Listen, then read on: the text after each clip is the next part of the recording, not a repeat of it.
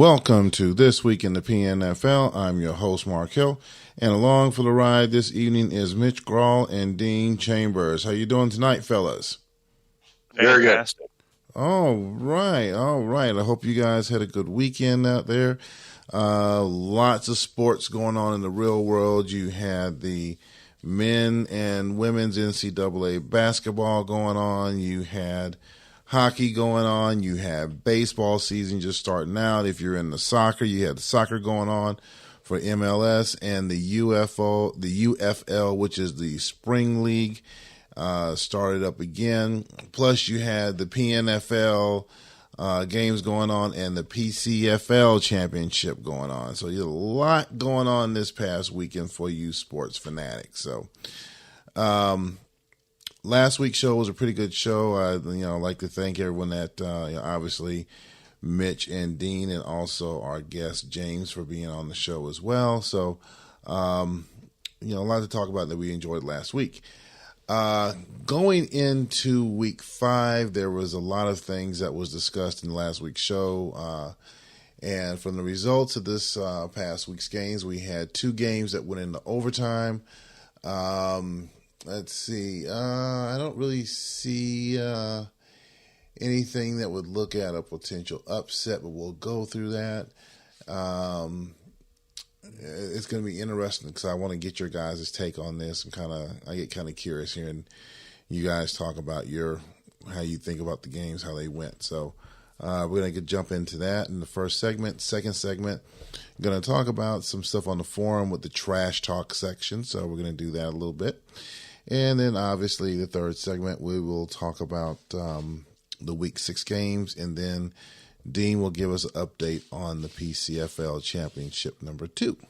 So, if you guys are ready, we're going to go ahead and jump right into this.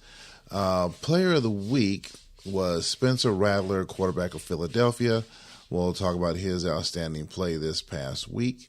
But to start things off, first game on the list, we have the Indianapolis Colts taking on the Buffalo Bills, and Indy is definitely trying to prove a point as they took this one 27-14. We're going to start off with Dean. Dean. Yeah. I'm here. We're going to start this one off with you, Indianapolis. Yeah, Buffalo seemed to not really be prepared for this game. I guess they showed up. They didn't play very well. They were vastly outscored and outgained in yardage. 419 to 246. The score is 27-14. Indianapolis looked pretty solid and pretty balanced in this game, and picked up a solid win over a divisional rival. All right, Mitch. Well, I mean, what can you say? I mean, it wow, just amazing how Indianapolis is able to still lead that division with the Jets and Buffalo, 2 perennial playoff teams, but Indianapolis found a way to knock them off. So would you say that Indianapolis has arrived yet, or they're still maybe not quite, but they're definitely making a good case?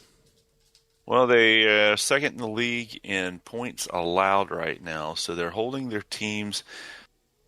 They're not scoring. And as you've heard me say many times, if your opponent doesn't score, you can't lose. So far, they're making that come true, at least in 4 of their 5 games. So we'll see. I don't know. We shall see. It's a long season, and so, we'll see. All right. Next game up, we have the Houston Oilers taking on the New York Jets. And the Houston Oilers took this one 31-28. We're going to start with Dean again. Yeah, this game was close on the scoreboard, but in the yardage, the Jets had 482, Houston had 340. So when you look at what's going on here, I see that the Jets had 3 turnovers. So the Jets probably should have won this game, but they basically lost it on turnovers. 3 turnovers, and they only lose by a field goal. So, the Jets are still not easy to beat, even if they aren't up to 100% strength. Okay. Coach, let's talk about your boys this week. What you got for us? Well, you don't have to gain many yards when you have short fields. So, who cares about yardage? It's about points. And last time I checked, I had 31, and the Jets had 28. So that's all I got to say about that. Okay. Quick and straight to the point. Next one up, we have the Las Vegas Raiders taking on the New England Patriots. And Mox and his boys got it right as they took this one 21-7. Mitch. Daggone, man. New England, that defense really shut down Vegas. They didn't do anything on offense. Typically, New England's the other way around. They're all about offense and no defense, but not this week. So nice job for Mox, and I believe that is Mox's first win. Can we? Yes, I can confirm that. That is Mox's first win, and he's one step closer to not stinking it up this season. So way to go, Mox. All right, Dean. Well, I think a big part of the reflection of that New England defense, net rushing yards -10, and the 2 primary running backs for Las Vegas, one carried the ball 2 times for 4 yards. The other carried the ball 3 times for -8, and their quarterback contributed 1 carry of -6, probably a sack on a time pass. So that doesn't mean a whole lot, but basically the Raiders had no running game. Their passing game was only slightly better than New England's, but when you can't run the ball, you're probably not moving the ball, and that led to the Raiders scoring only 1 touchdown and giving up 21. So congratulations, New England, on their first win of the season. All right. Our first overtime game of the week had Denver hosting Pittsburgh, and in the extra frame, it was Pittsburgh in the end taking this one 19-13. Dean. Yeah, this was a defensive struggle where both teams played well on defense and not so well on offense, and it was tied at 13 at the end of regulation. And in overtime, Pittsburgh put the ball in the end zone and scored the overtime win, but this game could have gone either way. All right. Mitch.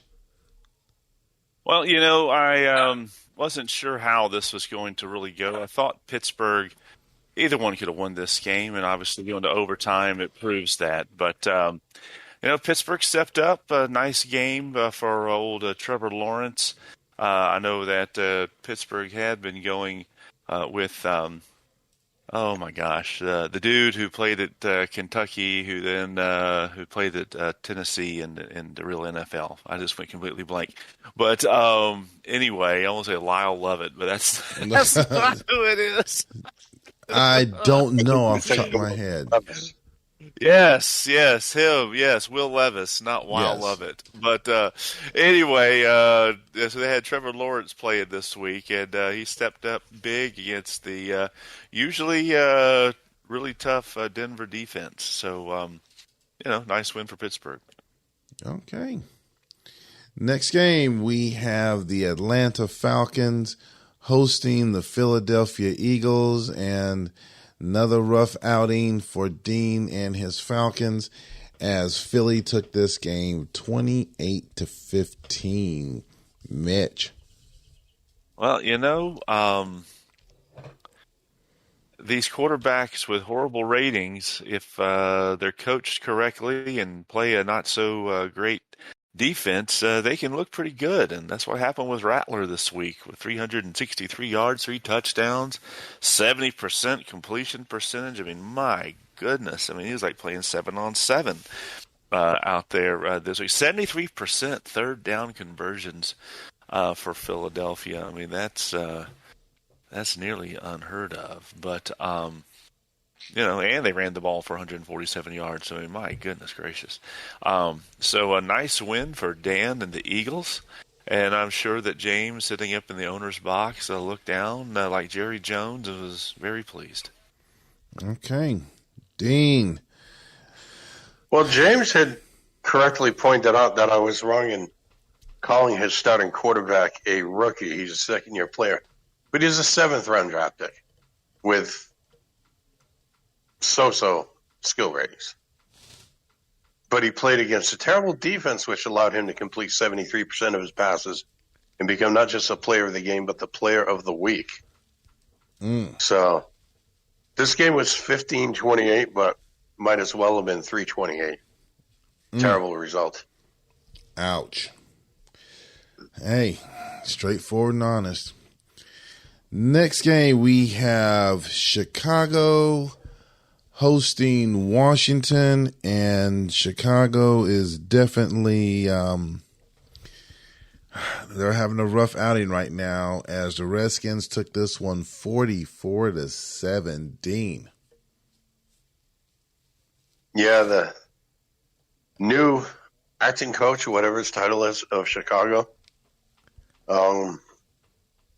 he went against a Washington team that needed to prove something after a 9-6 win last week, and they did. I mean, Jerry's team dominated, over 400 yards, solid rushing, some good passing, and the Chicago had 4 turnovers. That doesn't help either. I mean, this game was just one-sided from beginning to end. Wasn't even close. Mitch, did you mute us? I did. I was trying to keep the dogs from messing up the podcast. But, man alive. I think Chicago might go 1-15 this year. This is not looking good for Chicago. Not at all. Not at all. Green Bay might actually get out of the basement this year. Okay. Next game up, we have the Seattle Seahawks hosting the New York Giants, and I believe you guys in last week's show said that this was a must-win game for both teams. Seattle tried to give the game away in the end, but they managed to hold on to take this one 14-9. Mitch.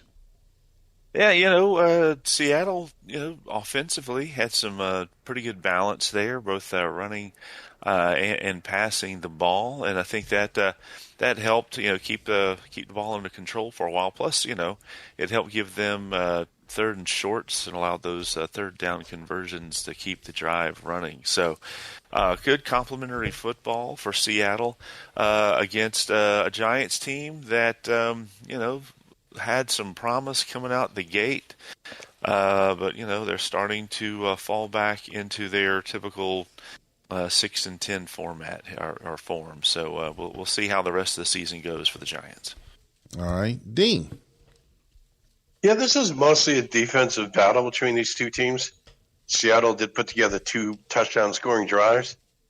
The Giants, on the other hand, had 3 chances to score and a missed field goal, so really 4. But they only came up with 3 field goals. The Seattle defense kept them out of the end zone. So that leads to a 14-9 win by Seattle. Yeah, this was one of those must-win games for Seattle, and they did win. For the Giants, I guess it's time to, rethink things and examine why this game didn't go the way they wanted it to as they move forward in the rest of the season. Yeah, I'll say that one of the things that really stood out was I think the Giants was like first and goal. I think it was like on the 2 or on the 1 yard line after a pass interference call, and was thinking, okay, they're going to score, and somehow Seattle just pushed them back and stoned them there, and they ended up walking away with a field goal. So after that, I was definitely pleased with the team and thinking, okay, maybe we can pull this off. But definitely there's some more work has to be done on the profile, especially in the second half towards the end of the game. So still more work to do. Next game up, we had if you're talking about a defensive game here where not much was happening, you had Minnesota taking on San Francisco, as Minnesota walked away with a measly 7-3 victory on this one. Mitch, you're up. Man, I tell you what, that Minnesota defense is just so amazing. And, forget they only scored 7 points. They found a way to win this game. You just can't, get past the heart and the soul of those Minnesota Vikings. It's the heart of a champion, even though they haven't won one yet.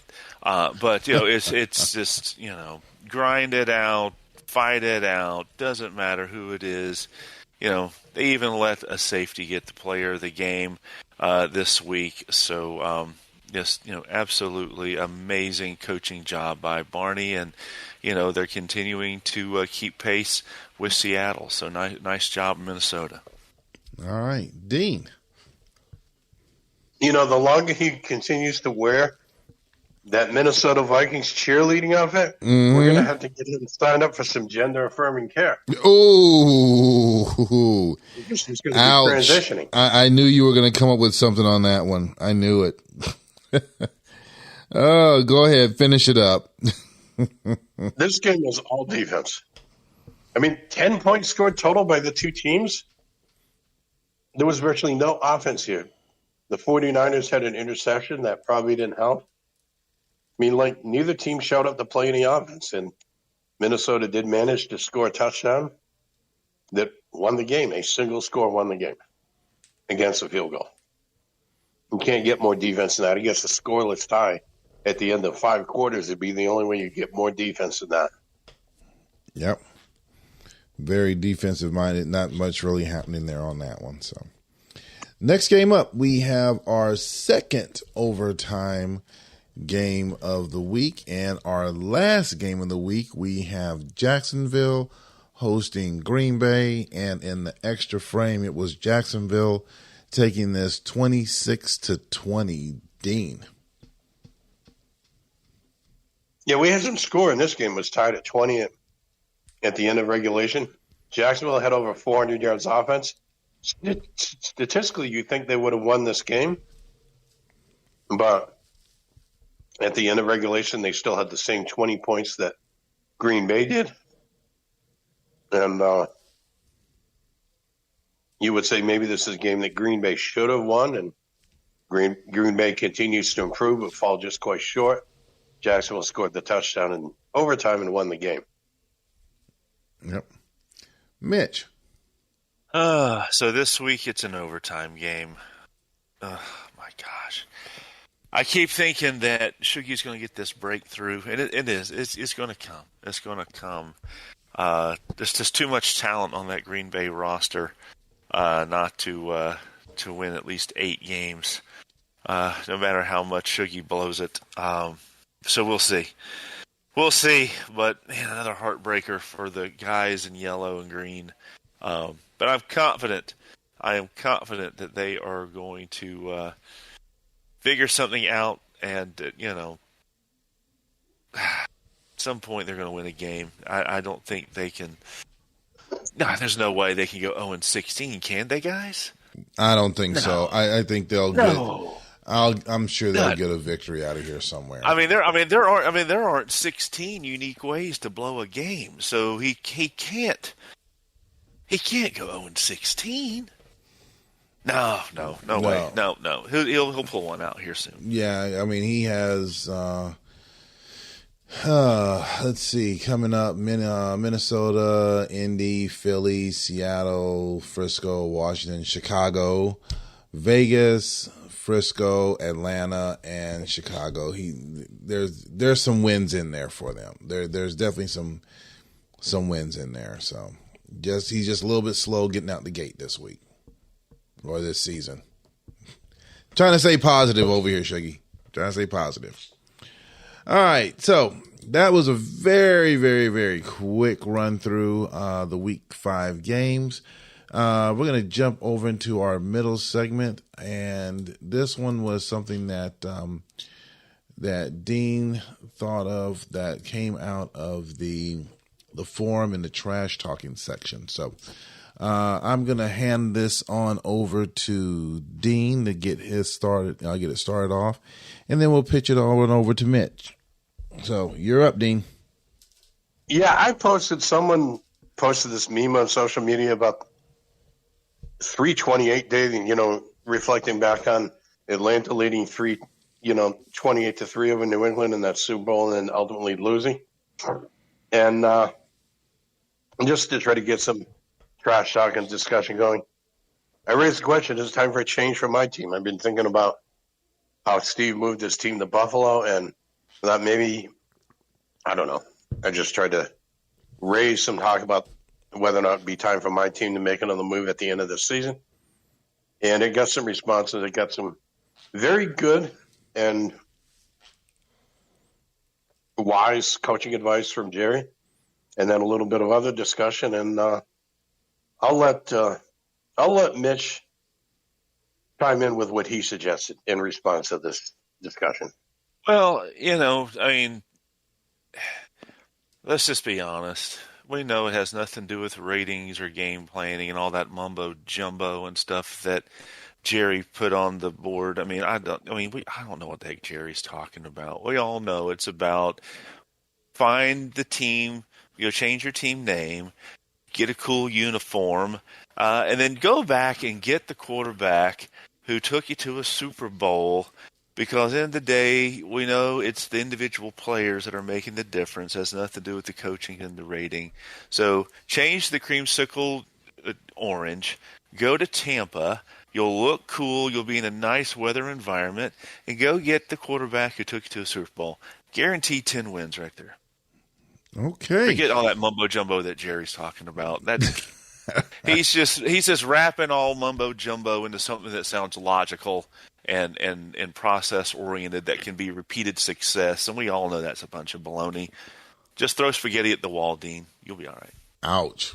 Well, we did talk about that on last week's show about, I think I made the comment, find out what that formula was that got you to that championship. And I think both you and James chimed in. It's he's no longer in Atlanta. So you got to go and get that quarterback and bring him back over. So, what are you going to do, Dean? You got to try something. Now it's time to throw something against the wall to see what sticks. What's your take? If I did what he's suggesting, I would be like the real life Tampa Bay Buccaneers through most of their NFL history. I'd be guaranteed of losing 10 games. It'd be guaranteed. How would you be guaranteed? You know where the quarterback, everyone said that, well, actually, James and Mitch both said it's your quarterback play, and you haven't had a winning season. Would you say a winning season or anything significant since he traded? Why did you trade him away anyway? Because That's he been sucked. the lingering question. He sucked so bad that Dean went 2 of his 3 seasons with 10 wins and went to a Super Bowl with him. But somehow he sucked. Comments over there, Dean? The 2041 season, several of those games were won by big plays in the last 5 minutes of each half, primarily throwing a lot of pass razzle-dazzle plays, which defenses weren't covering at that time. That doesn't work anymore. Defenses are covering those much better now. Number one. Number two, if you go back and look at the stats, my defense that season was terrible. Several of those games were high-scoring wins where my defense gave up a lot of points.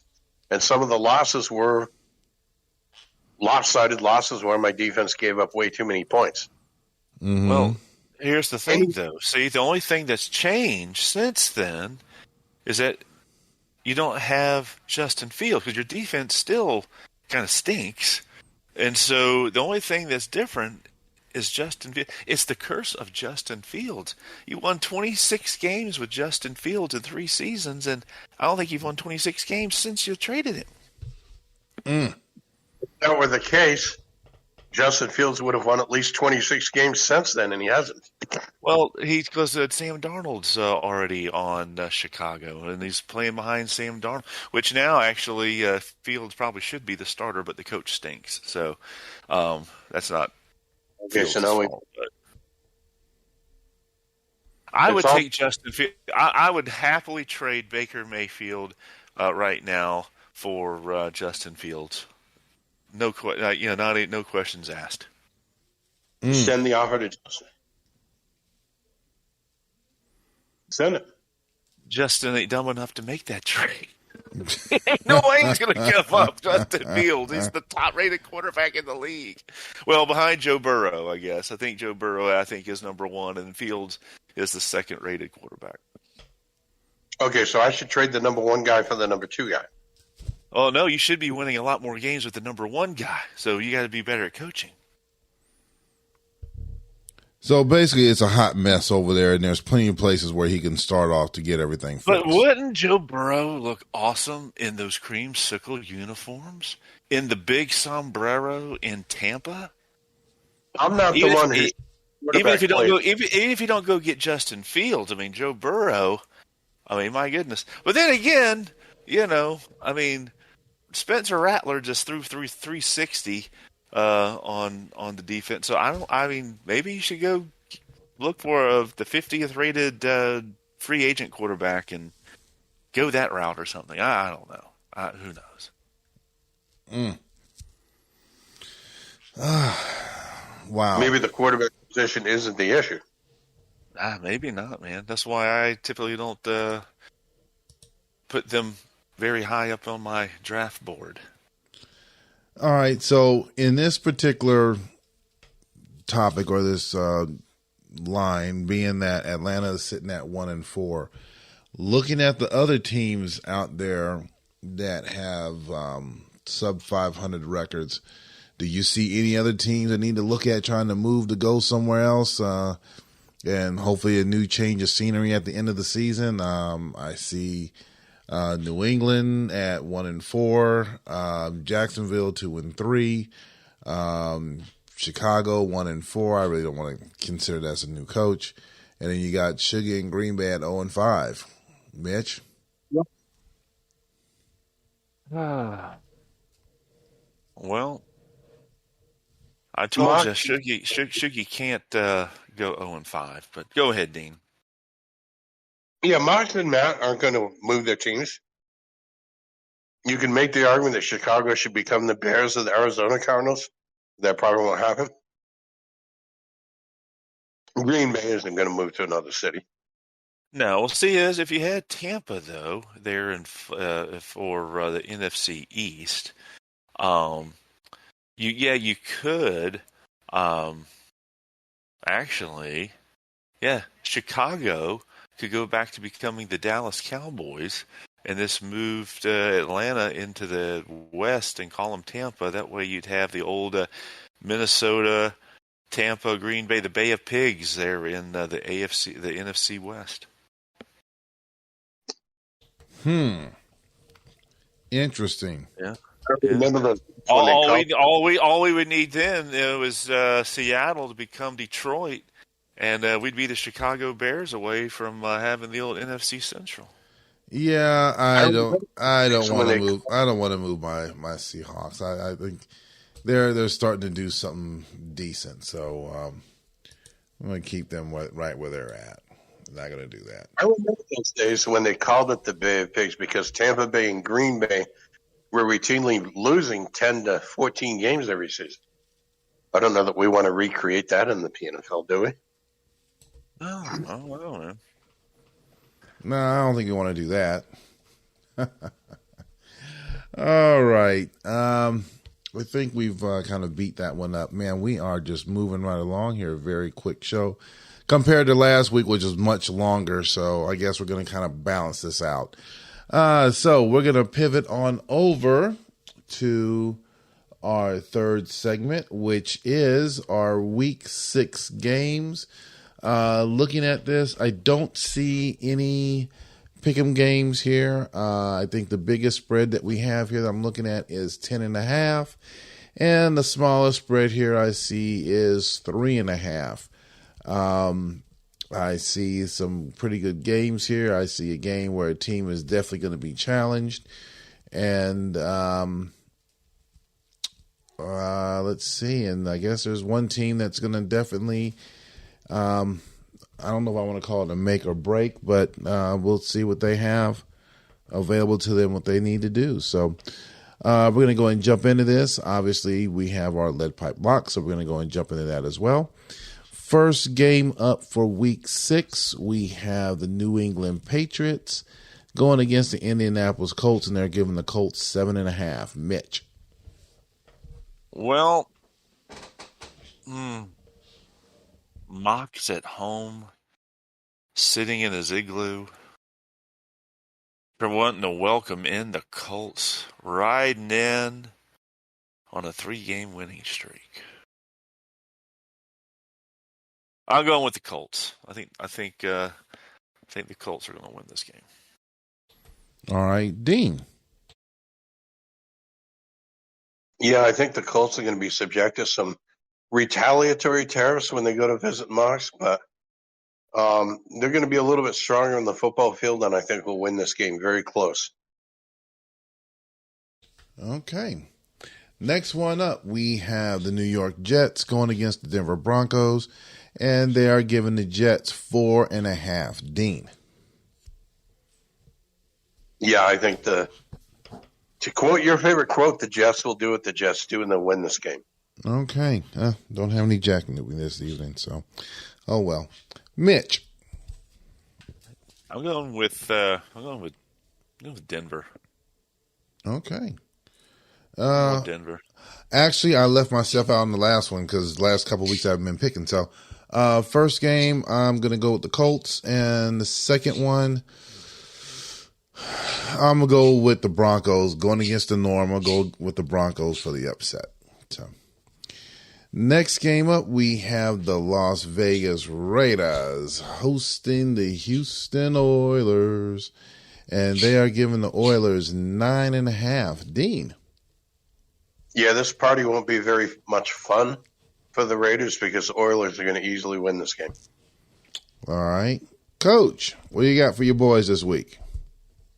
I'm just happy to take the field with an organization like the Raiders. I spent many years in that organization, and so, always have, deep felt feelings when I play those guys, but I'll win the game. All right, Coach Holtz. I got to concur. I'm going with the Oilers on this one as well. Next game up, I would say definitely it's a must-win game for one of the teams, as you have the Seattle Seahawks hosting the Pittsburgh Steelers. They are giving the Steelers 6.5. Dean. Yeah, this will be where the Seahawks prove that they're legit by winning at home against Pittsburgh, and I predict they will do that. All right, Mitch. Well, as I'm looking into the crystal ball, I'm seeing Seattle at 5-0 playing. If I look at the strength of schedule ratings, I think the strength of schedule for Seattle is the toughest in the league. They've beaten Green Bay, the Giants, Jacksonville, New England, and a perennial power in Chicago. So that 5-0 record is definitely legit. Going against Pittsburgh, who's only beaten Houston, Denver, Raiders, and Atlanta. So I'm gonna go with Pittsburgh, but it's gonna be close. Okay. You know what? Why is it only showing? Yeah. Okay, I see. All right. So obviously, you know who I'm going with. Go Hawks. So that's all I got to say. Nothing more. Next game up, we have the Chicago Cardinals hosting the Jacksonville Jaguars. They are giving the Cardinals 4.5. Mitch. And this is a game here Jacksonville's got to win. That would put them at 3-3. Chicago is not very good this season. So I'm going to go with Jacksonville. I know y'all are shocked. I'm going with Jacksonville. Yeah, I did not expect you to come up with that one. Dean. Uh, Yeah, I'm going to see you and raise you on this one. And I'm going to also point out this is the game that you want to bet on. Cash out your savings accounts and your investments and take out that second and third mortgage and, sell all your gold and silver, whatever it is. Put all your chips on this one. Lead pipe, lock of the week. And what am I predicting? Jacksonville is going to win this game over Chicago. Ooh, okay. Yeah. Chicago is not good this year. All right. Lead pipe lock. All right. I'm going to go with Jacksonville on this one as well. Next game, we have the Buffalo Bills taking on the Philadelphia Eagles. They are giving the Bills 6.5. Mitch. Oh, boy. Buffalo has not been very good this season, but we all know that Buffalo, the history that Steve has, it could turn on a dime and him run off a few wins in a row. I don't think it's going to happen this week. I think Philadelphia is going to win this game, get themselves back to 500, and I still think they have a strong shot of winning that division. So we'll see. But I'm going with Philadelphia. Okay. Dean. Yeah, I'm going to point out that Steve's defense is not going to allow that 7th round drafted quarterback to be player of the week or player of the game. Bills will win at home. All right. Was he even drafted? I didn't realize he was even drafted.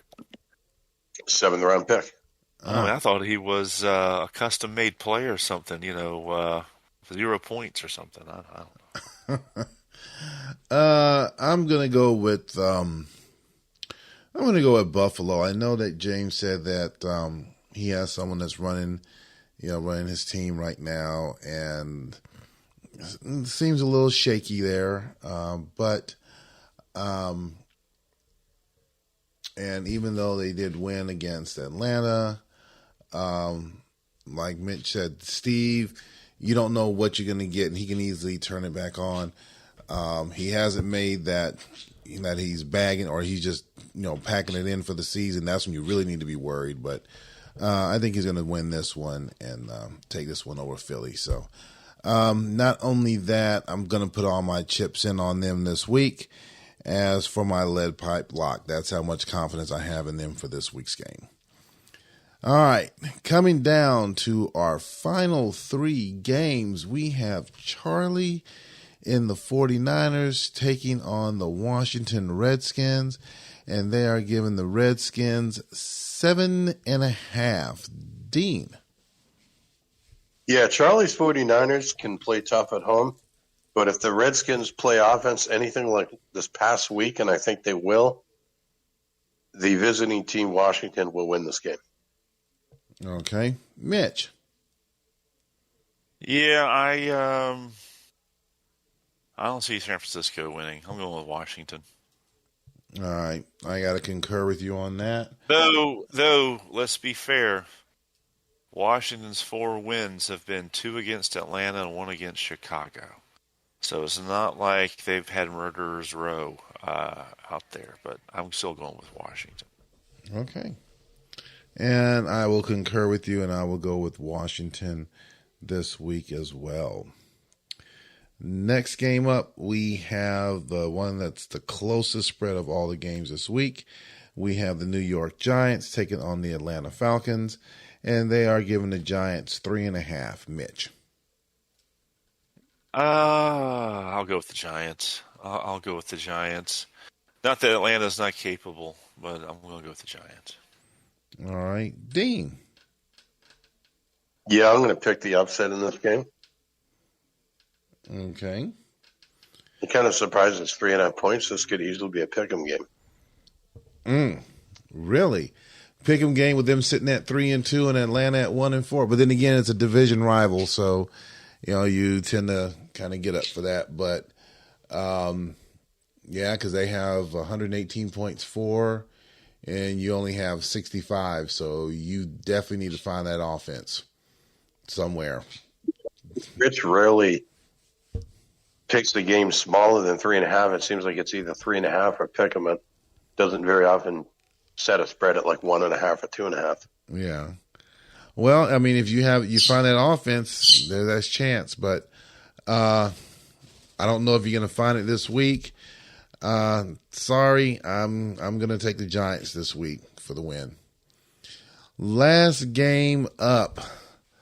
You want to root for them, but I don't know. You have the Green Bay Packers hosting the Minnesota Vikings, and they are giving the Vikings 10.5. Dean. I think this game could be close for 3 quarters, but by the end of the game, the Vikings will have won and covered the spread. Okay. Mitch. We are the Vikings, the Vikings. We are the Vikings #1. Hey! Yeah, I know the Vikings. I didn't hear the pom-poms in the background, but you guys got the idea. I'm going with the Vikings for the win on this one as well. So, also, it really could end up being closer than that 10.5, but I'm going with the Vikings. Yeah. The question is has Shuggy fixed that problem in the fourth, where he's been giving up points in the fourth, to kind of tighten that down a little bit? So, all right. So, also for those guys out there, as we ran through the games, obviously in the email, he's Rich's Sporting Books has given out the lines. So if you guys haven't, go ahead and get your picks in, and you can get the bets in and do the point spreads also for the 4 games that are listed there as well. So, last item that we're going to talk about, I'm going to hand this one over to Dean. We had the second PCFL championship game, and there's some off-season news that we have coming up as well. So we're going to spin this one back over to Dean to give us all the updates and happenings in the PCFL. Yeah, we played the second PCFL National Championship game this past weekend between Ohio State and Texas. And Texas moved out ahead early in the game and stayed ahead the whole game and ended up winning 44-3. So that concluded our second season. And we're moving quickly into the third season because the idea is we want to have less overlap between PCFL playoffs at the end of our season and the early weeks of the PNFL. And because inevitably there'll be some overlap because the PNFL offseason doesn't last 12 weeks. The length of our season are actually 15 with playoffs. So we want the seasons to align so that the first few weeks of the PCFL season will overlap with the end of the PNFL season. So even if teams are focused a little bit more on their PNFL team than their PCFL team when they have to coach a game in both leagues the same week, then they're doing that during the PNFL playoffs and not during the PCFL playoffs. So that's why we're moving quickly into the next season. And we're starting recruiting again this Friday night, midnight Eastern time Friday, with recruiting of 5-star players. And the list of recruits and all of that stuff has been sent out, and recruiting will start again this coming Friday night. And we do 5-star players the first week, 4-star players the second week. Then the third week, everyone left in the pool of recruits is able to be recruited.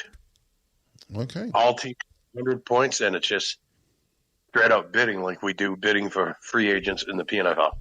Right. All right. And also, again, for those that are listening, if you're not in the PNFL or if you're looking to join the league right now, the PNFL, we're in the middle of the season, so we don't have any spots available. We do have some open teams available in the PCFL, so if you go to www.pcfl.site, you can take a look and see which teams are open there, and then you can reach out to Dean if you're interested in taking on one of the teams. Did I pretty much cover everything there, Dean? Yes. All right. So as we come to end this week's show, we are going to take another quick trip around the table one last time. Any final words that you have on that end, Dean? Well, just good luck to everyone in their games this weekend and those in the PCFL. Remember that recruiting starts on Friday night at midnight Eastern time, and otherwise, see you all next week. All right, Mitch. Any final words before you get us out of here? Yeah, I'm sure we'll have Friday Night Lights. I actually will be at the Braves game. I'll be at all three Braves games this weekend for their home opening weekend. So, Dean, can you help us with Friday Night Lights this week? Yeah, that'll be fun. All right. Well, there we go, guys. Dean will cover Friday Night Lights. So, good luck to all. And with that being said, the only thing left to do now is let's get it.